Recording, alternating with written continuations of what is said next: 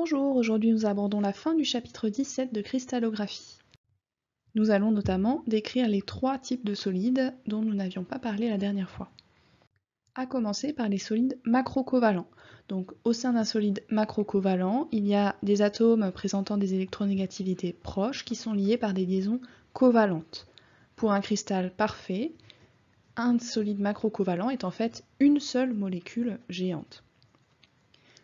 Les liaisons covalentes étant associées à de fortes énergies, il est difficile de les casser, ça fait donc un solide qui est très dur et cassant, c'est-à-dire peu déformable.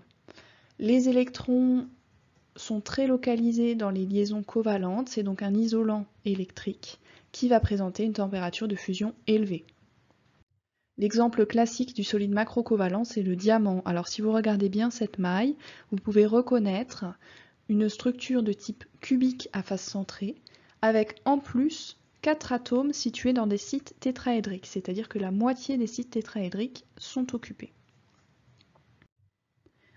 La population est donc pour chaque coin j'ai 1/8 d'atome, pour chaque face j'ai 1/2 atome, et j'ai 4 atomes situés dans des sites tétraédriques, j'ai donc 8 motifs par maille. La coordinance est de 4 dans cette structure, ce qui respecte bien ce que l'on connaît du carbone. Le carbone a une valence de 4. Et si je calcule la compacité, donc volume des atomes sur le volume de la maille, j'ai une population de 8, je peux exprimer une condition de contact au niveau des sites tétraédriques entre un atome sur un coin et un atome sur un site tétraédrique, et j'obtiens une compacité qui vaut 0,34. Alors c'est très faible, je vous laisse aller voir le détail de ce calcul sur le poly. La raison pour laquelle cette compacité est très faible, c'est que ici, si vous vous souvenez des solides métalliques, on a dit que les sites tétraédriques étaient normalement très petits dans une structure CFC. Or, ici, on a placé dans un site tétraédrique un atome qui a la même taille que l'atome qui forme le CFC.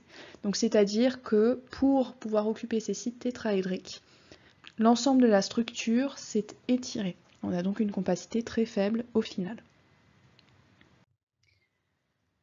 Le carbone existe également sous une deuxième variété allotropique qui est le graphite. Alors je vous en ai mis plusieurs représentations pour que vous voyez bien cette structure.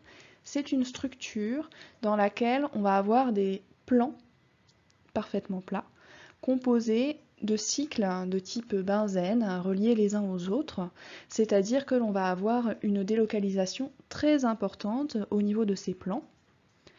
Et chaque atome de carbone va être lié à ses voisins par des liaisons intermédiaires entre simples et doubles. On va donc avoir ici, au niveau des plans, des liaisons très fortes entre les atomes.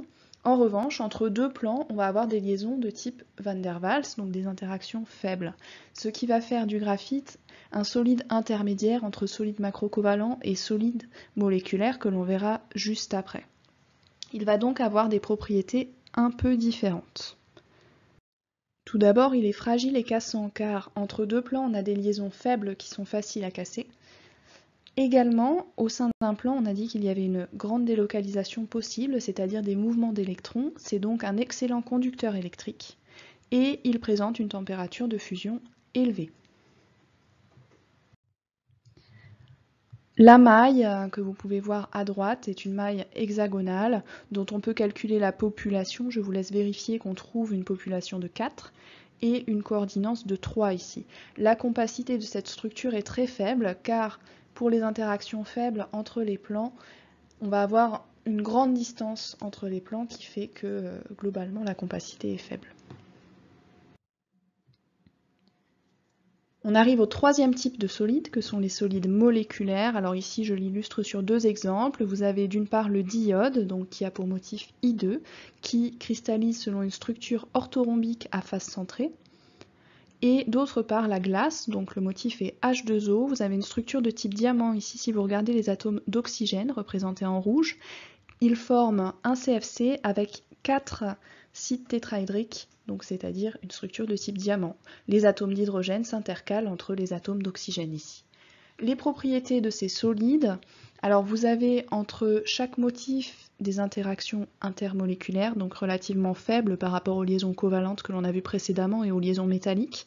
On va donc avoir des liaisons qui vont être assez longues entre les différentes motifs qui vont faire un solide de faible densité et cassant. Également, il n'y a pas de circulation d'électrons entre les différentes molécules, ça va donc être des solides isolants qui présentent une température de fusion basse. Et une particularité de ce type de solide, c'est que les liaisons intermoléculaires sont des liaisons directionnelles. En particulier pour les liaisons hydrogènes, vous voyez qu'au sein de la glace, les molécules d'eau se positionnent de manière très organisée, de manière à pouvoir effectuer 4 liaisons hydrogènes. On va donc avoir une structure interne très organisée grâce aux liaisons faibles. Enfin, le dernier type de solide que nous allons aborder dans ce chapitre sont les solides ioniques. Donc, un solide ionique est constitué d'ions de charge opposée, liés par des interactions électrostatiques. Les ions sont chargés, mais les charges des ions sont très localisées au niveau de chaque ion. Il n'y a pas de circulation d'électrons au sein d'une structure ionique. Les solides ioniques sont donc de mauvais conducteurs électriques. Ils présentent une température de fusion élevée et ils sont également fragiles et cassants.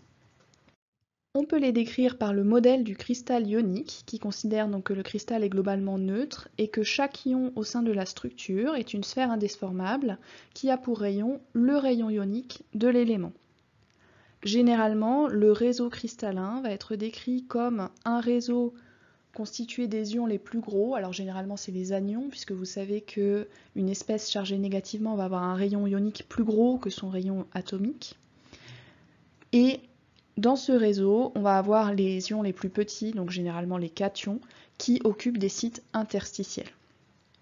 Et on va avoir deux propriétés intéressantes au niveau des interactions électrostatiques entre les ions. D'une part, des ions de même charge se repoussent, il n'y a donc pas de contact entre eux. Et d'autre part, des ions de charge opposée s'attirent, ils vont donc se toucher. On a donc, dans un solide ionique, deux conditions de contact, ou plus exactement, une condition de non-contact entre deux atomes de même charge, que l'on écrit entre les atomes les plus gros, donc entre les anions généralement, et une condition de contact entre les ions de charge opposée. Quelques exemples de structures ioniques classiques. Ici, tout d'abord, le chlorure de césium qui cristallise selon une structure cubique centrée. On a déjà évoqué ce cristal, donc on a vu que le motif c'est CsCl, la population est de 1 et il y a une coordinance de 8 pour chacun des ions dans ce cristal. Et on va voir maintenant que l'on peut écrire les deux conditions de contact-non-contact entre les deux ions. Je note R- le rayon de l'anion et R+, le rayon du cation. Ici, entre deux anions dans cette structure, il ne doit pas y avoir contact puisqu'ils se repoussent. Donc je peux écrire au niveau d'une arête de la maille que 2 fois R-, ça doit être plus petit que A, le paramètre de maille. A l'inverse, j'ai contact entre cation et anion, ici au niveau de la diagonale de la maille, donc je peux écrire R++ plus R- égale A racine de 3 sur 2. Si je combine ces deux conditions, je trouve donc, en utilisant la deuxième, R+ égale A racine de 3 sur 2 moins R-, et je peux, grâce à la première, exprimer le paramètre de maille A en fonction de R-. Je trouve finalement que cette structure est possible si le cation a un rayon R+, qui est supérieur à 0,73 fois celui de l'anion. Faisons la même chose sur un deuxième exemple, ici une structure de type blinde qui est notamment adoptée par le sulfure de zinc. Alors regardez bien, vous avez dans cette structure les ions sulfure S2- qui adoptent un réseau CFC et le zinc Zn2+, lui, est présent dans la moitié des sites tétraédriques. On va avoir ici 4 motifs par maille et une coordinance de 4 pour chacun des ions. Je peux, encore une fois, écrire les deux conditions. Donc il n'y a pas de contact entre deux anions dans cette structure. Deux anions sont les plus proches au niveau de la diagonale d'une face. Je peux donc écrire ici que 2R- est plus petit que A racine de 2 sur 2. En revanche, j'ai contact entre cation et anion, c'est-à-dire R++ R- égale A racine de 3 sur 4 au niveau de la diagonale de la maille. Si je combine ces deux conditions, cela n'est possible que si le rayon du cation, R+, est supérieur à 0,22 fois le rayon de l'anion, R-.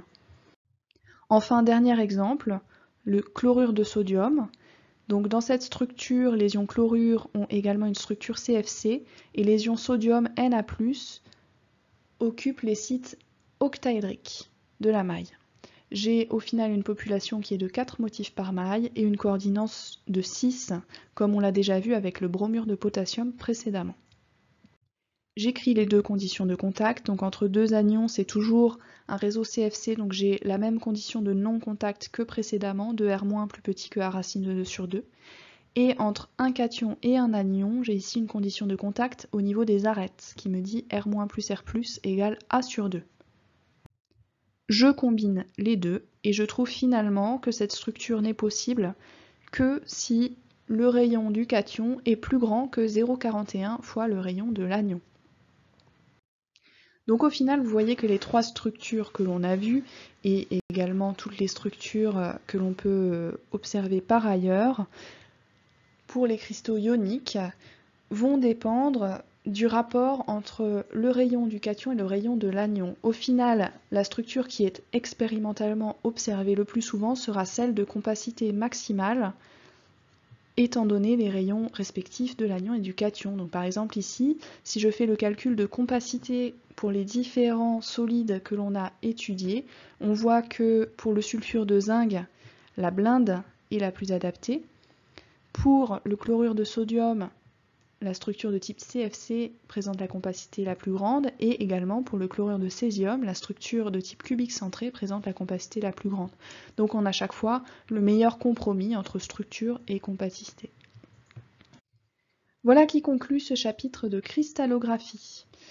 N'oubliez pas d'aller faire le QCM, dont le lien est dans la description.